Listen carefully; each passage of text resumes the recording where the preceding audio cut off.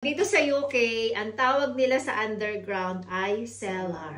Yes. Careful. Alalayan mo si tita. Oh my God. Pasensya ka na dito. Ang daming kalat dito. Kasi nung papauwi na sana kami. Ay, itiran na malamig. Tita, ang dami mong gamit. Grabe. Nilagay ko na sa boxes ang iba. Marami pa rin. Grabe, napakadaming gamit, tita.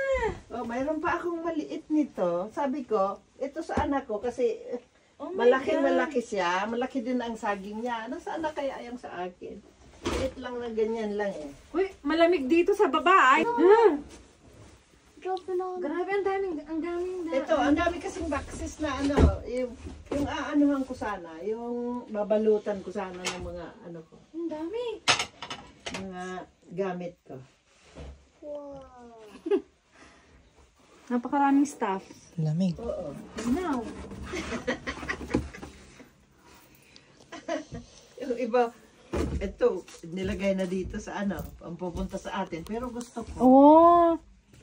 ko, yung 10 years namin yan na ano, nung ikinasal kami.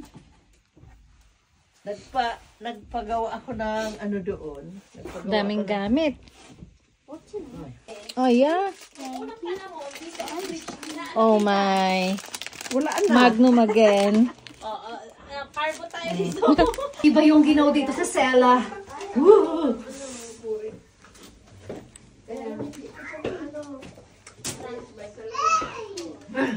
Ginaw. Maginaw dito. Cellar.